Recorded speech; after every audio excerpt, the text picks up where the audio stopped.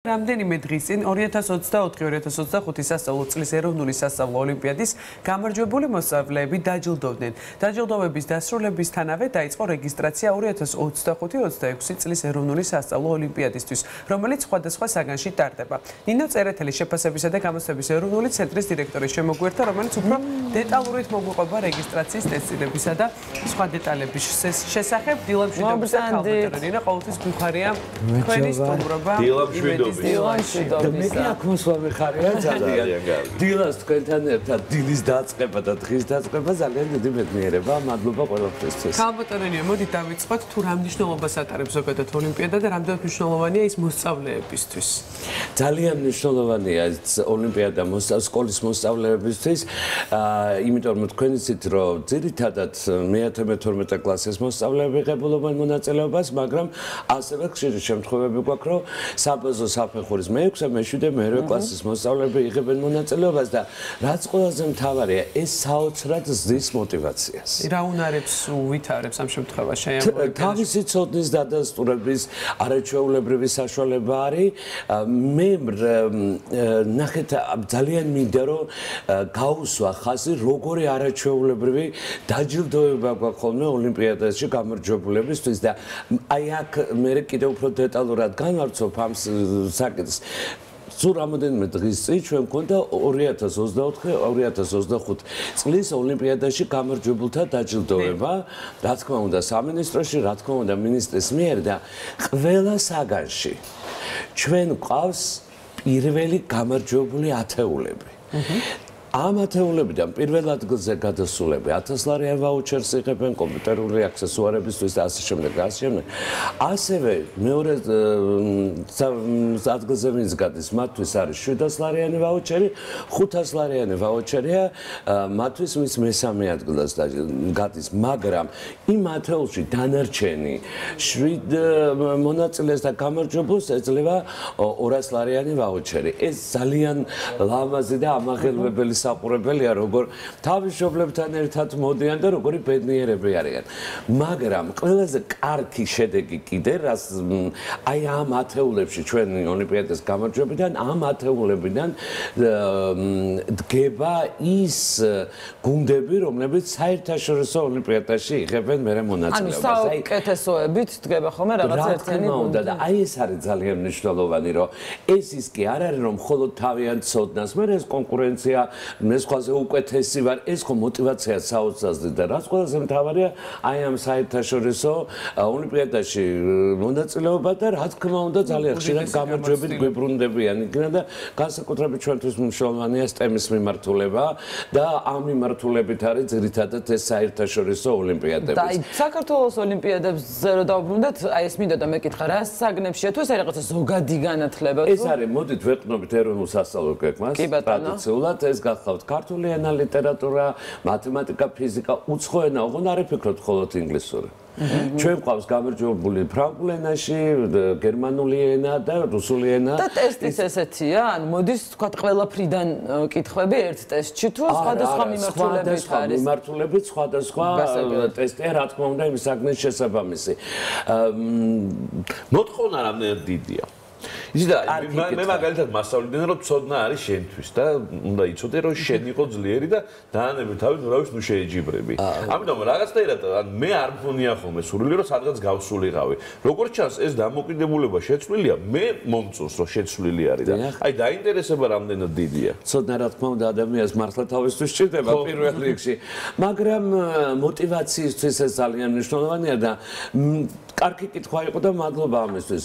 პირველ ტურზე მაგალითად 2024-25 წლების ოლიმპიადაზე 29000 მოსწავლე დარეგისტრირდა.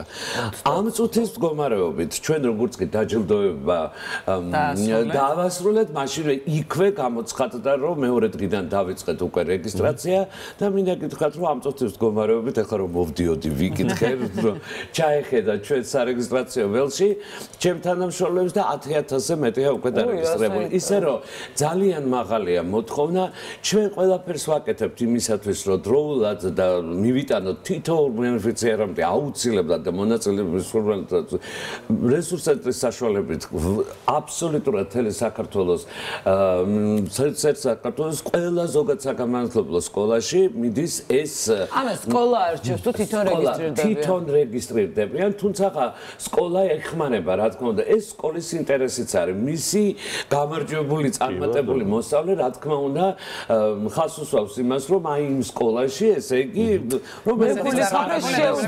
ხარისხი მაღალია განათლების. მოსწავლე შეუძლია რომ ერთპიროვნ, აი მასწავლებელმა არ გამოარჩია, რომ მას უნდა ოლიმპიადაში მონაწილეობა. აბსოლუტურად შეზღუდვა არ აქვს პირველ ტურზე. აი რამდენი ეტაპი არის და როგორ მიდის ფინალისკენ ეს პროცესი საინტერესო. აი ახლა ჩვენ ველოდებით და ყველაზე მნიშვნელოვანია და მადლობა კიდევ ერთხელ რომ ამის საშუალებას გვაძლევთ, რომ ოლიმპიადაზე რეგისტრაცია დასრულდება 18 ნოემბერს 18 საათზე.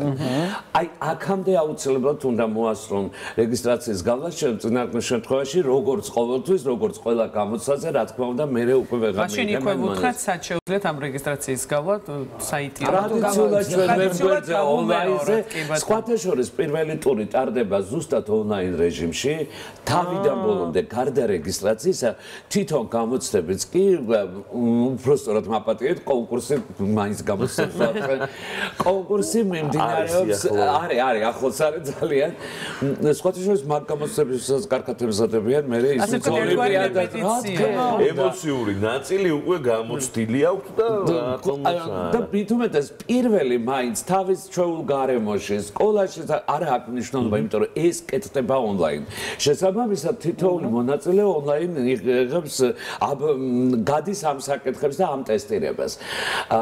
და უნდა გკითხოთ აუცილებლად ტესტირების ნაწილში ონლაინ როდესაც გადის კონტროლის მექანიზმი როგორია, იმიტომ რომ მე შეიძლება დავრეგისტრირდე და არ ვიცი, მამა მომიჯდეს გვერდით.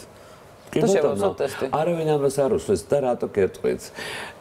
თუ იმას გავითვალისწინებთ, რომ 29000 გავიდა პირველ ტურზე და შემდეგზე გადავიდა 6900. შემდეგ მეორე ტურზე. ნახეთ, რატომ? იმიტომ რომ ეს ხო ქულების მიხედვით არის პირველი ტურის შედეგი როგორ ანგარიშდება ეს თითოეულ საგანში რამდენი საკითხიც არის მისი 60% უნდა გადალახოს პიროვნება და მე უკვე მეორე ტურს ჩვენ ვატარებთ.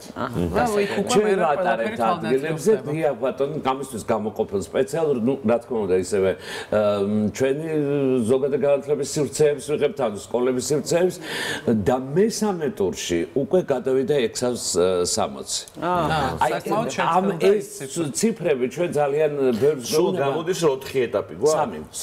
პირველი ეტაპი მე მეორე იანვარში ვატარებთ ხოლმე, აი ყველა რო ისვენებს და კარგი საახალწლო განწყობა როა საქართველოში ჩვენ ოლიმპიადას ვატარებთ და შემდგომ უკვე დაახლოებით აპრილის თვეში გვაქვს ხოლმე მესამე ტური დამამთავრებელი ტური და მე რა თქმა უნდა გამარჯვებულებს ვავლენთ და კიდევ ერთხელ ვამბობ რომ ეს არის ყველა საგანში 1000 წარმატებული ადამიანი. ალბათო რამდენად აქტიურობს ამ შემთხვევაში და რამდენად ჩართული არიან რეგიონის მოსწავლეები?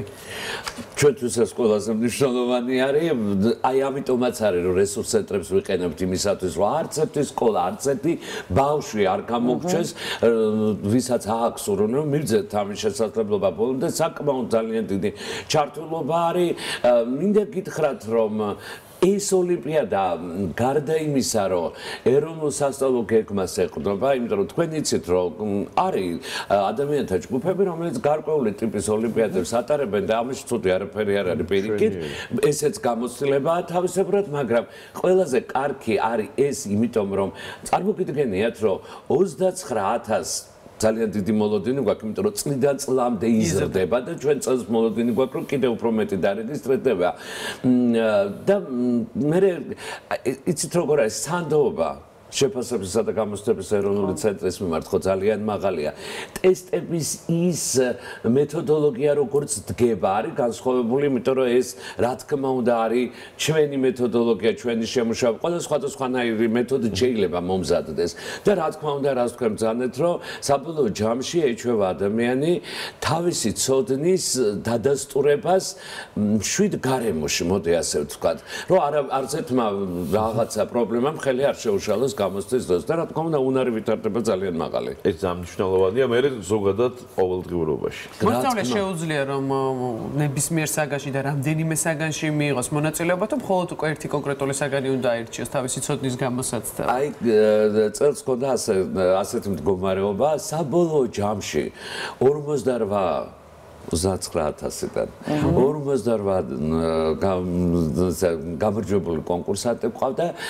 ოღონდ ეს არის ძალიან სასიამოვნო, რომ ორი მოსწავლე ყავდა ორ სხვადასხვა საგანში გამარჯვებული. არავინ არავის არაფერს არ უშლის. რომელი საგანი შეუძლია საერთოდ ყველა საგანში მიიღოს მონაწილეობა. ეს ერთმა ბავშვმა ორ საგანში მოახერხა ათეულში მოხვდა. კი ბატონო.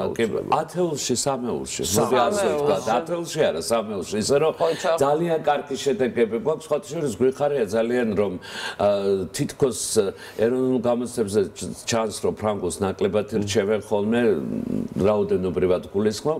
აქაც ფრანგულ ენაშიდაც ყავს გამარჯვებული, გერმანულ ენაშიდაც ყავს გამარჯვებული, ისე რომ იმდენად მრავალფეროვნებაა და იმდენად შეუძლიათ და მე სკოლაშიც იმ სამეგობრო წრეშიც, სასკოლო სივრცეშიც როგორი პატივისცემა, როგორი თვითონ გამარჯვებული და რა თქმა უნდა თვითონ ხო უკეთესად და უკეთესად სწავლობს და რაც ყველაზე მთავარია მისი კლასელებისთვის ეს რამხელა мотивация არის ისე რომ ძალიან მნიშვნელოვანია. მოკლედ 18 ნოემბერი 18 საათამდე არის შესაძლებელი რომ აღნიშნული რეგისტრაცია გაიარონ ყველა დაინტერესებულმა მოსწავლემ მათ წარმატება უნდა უსურვოთ თქვენ კი უნდა დაგემშვიდობოთ. მადლობა. დიდი მადლობა.